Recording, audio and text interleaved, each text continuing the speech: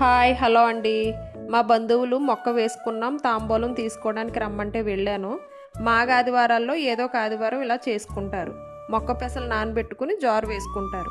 గుమ్మడికాయ, కొబ్బరి బండం, చెరుగ్గడ, అలాగే అరటిగల, సూర్యనారాయణమూర్తి పేరు చెప్పుకుని జారు విసురుతారు.